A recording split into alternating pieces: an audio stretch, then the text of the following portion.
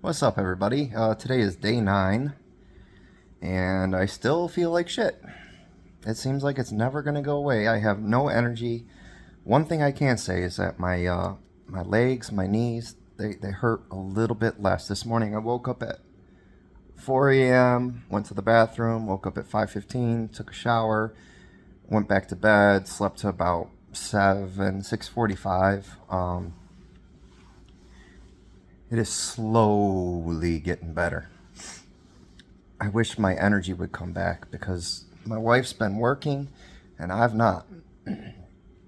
I will not go back to it because she's sacrificing a lot. She works up at the shop all day. She goes to pick up the kids from school. She comes down, she cleans the house, and I'm just laying down all day. And I have to force myself to get up and walk around this couch right here, the living room. I've been doing laps just to force myself to move around. I have zero energy. But I do see the light at the end of the tunnel now. It is getting slightly better, and when I say slightly, I mean that much. Not like that much, that much. A very little bit each day. This is rough. It's been the hardest thing I've ever come off of. Again, like I said, it's just long lasting and it's legal, and I know that I could go 200 yards that way. There's a gas station that sells it. I know I could go down there, I could get it, and I could feel better, but I'm not gonna fucking do that. I won't. She's been sacrificing so much. I would be slapping her in the face if I were to go get kratom, and I'm not gonna do that to her because she's been sacrificing so much, putting in so much hard work, and when I feel better, I'm gonna give her a couple days off, and I'm gonna take care of business because I owe her everything. Normally, I would have to check myself in a rehab if I felt the way that I feel for as long as I feel. I wouldn't be able to work, wouldn't be able to provide. Thankfully, we own a business and we both do the same thing, and she's able to pick up the slack. But I've seen a video yesterday as a guy. He has ADHD, and I guess people who have ADD, ADHD, whatever it is, their brain chemistry is different. So when he came off like 50 grams of red kratom a day, and it only affected him very little bit for, just a little while. He was able to walk around in his wood shop and be able to do everything that he does. He said he was a little bit tired or, lethargic. I physically can't work. And to say that I'm weak-minded is bullshit because I know that I could go to that gas station and get it. I'm not doing it. I won't. Everybody's different. So for some people, it will be as bad as it is for me. And for some people, it'll be easy like for him. And I wish everybody was like how he dealt with it. I wish that nobody feels like that I feel right now because I physically have no energy, and I have a lot of willpower. I've done a lot of hard things in my life. I've been homeless for a year. I've been in 14 rehabs, dead 15 minutes. I've been in jail 2 years. I've struggled. I've worked my ass off 7 days a week for 3 months straight, and no time off, in the rain, in the snow. It was January, February, March. I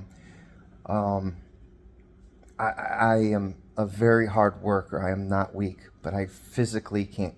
I can't work. I am so tired. The most I can do is make myself walk around this couch about 10, 15 minutes every hour, and I've been forcing myself to do that because I know that will help. I know moving around will help. I know what I'm doing right now is not good for me. Laying here is not good for me, and I know that. So I walk as much as I can until my knees, they just hurt too much to walk. My muscles are, they give out. I just physically can't walk anymore. He's a military guy, but you have to understand that, in the same mindset, I have the same willpower that he does. It's just in a different way. I have seen some shit. I have seen my friend hanging from a rafter with a rope around his neck. I've seen my friends die. I have died myself. I have been through hell, and I bet you more hell than he has because he ain't no special forces guy. he was probably some, some cook or something, or some, you know, the I relate more closely to those who have seen death than those who are like support in the military, because I have seen death. I have died myself, and it's not fun. It's not pretty. It's not. You don't glorify it, but it needs to be told, because I am a warrior, just in a different way. It's we're all warriors. I mean, no matter what. And I hate to talk bad about the guy, but it just kind of pissed me off about how he said that, oh well, all these people feeling sorry for themselves. No, you're just not coming off it as hard as some people do. That's the point I want to make. Everybody's different. Everybody's body chemistry is different. I know people who've done methadone for 2 years straight who was able to come off it in a week, 1 fucking week, and they were back to work, and they never touched it again. For me, it took 2 weeks of throwing up, feeling like shit, and then the third week I felt better. By the end of the third week, I was 100%. So to sit there and say that because you feel a certain way that everybody's going to feel like you, that's a bunch of bullshit. Everybody is different, and I understand that, and I respect it. I mean, yeah, we're all warriors. We're all going through our own problems. The only people who aren't warriors are the people who give up and never try again. Now, all my friends who are dead and passed away, which are a lot of them, I have one friend left from high school. One friend who's still alive, and she is in an active addiction. She's still on heroin. They're all dead, all of them. Tyler Owens, Hal Whaley, Colt Porterfield.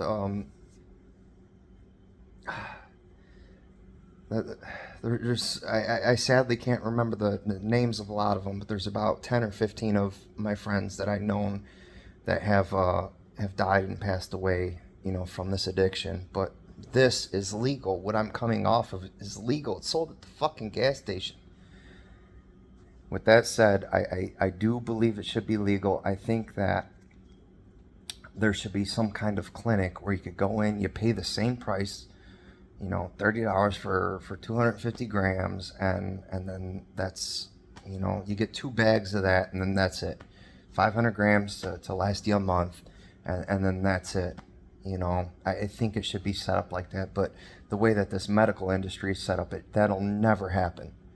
So I think that people who are trying to come off the hard shit need to see this and understand that kratom needs to be short-lived. Otherwise, they're going to go right back to the hard shit.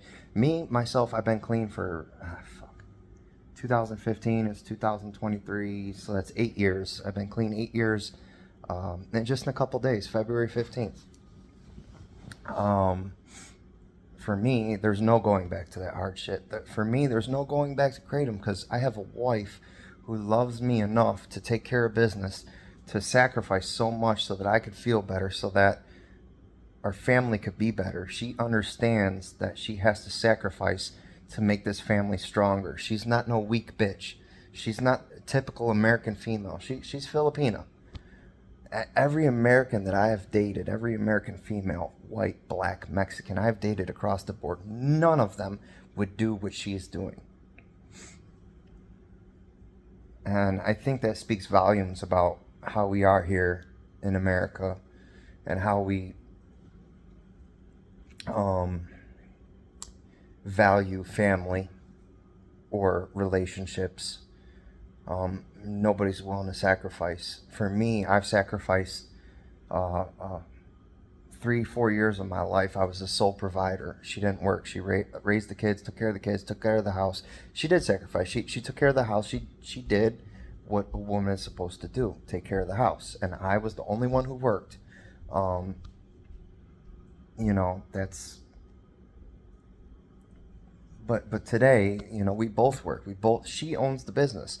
She's 51% owner of the business. I'm 49.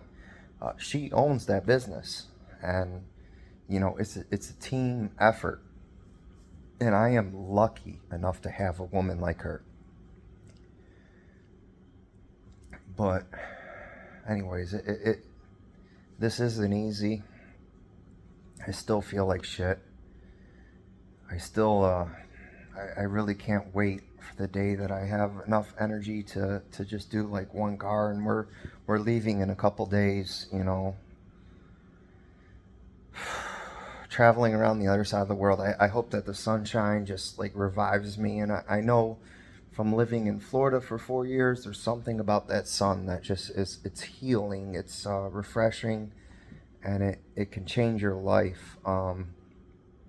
In Tennessee in the wintertime, it's gray, it's dark, it's depressing. Um, I don't know. It, anyway, day 9, no kratom. I'm not picking it back up. I haven't relapsed one time.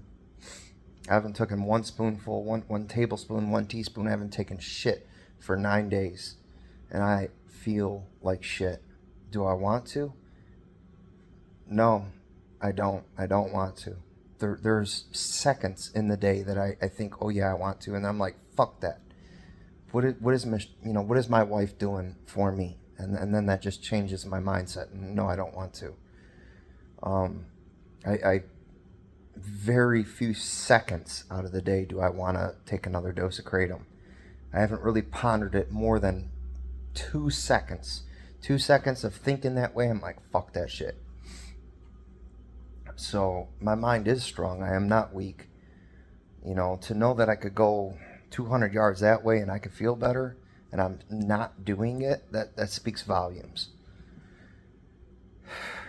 Anyway, yeah. It's the video for the day. I love you guys. I wish you the best. It sucks. It really does.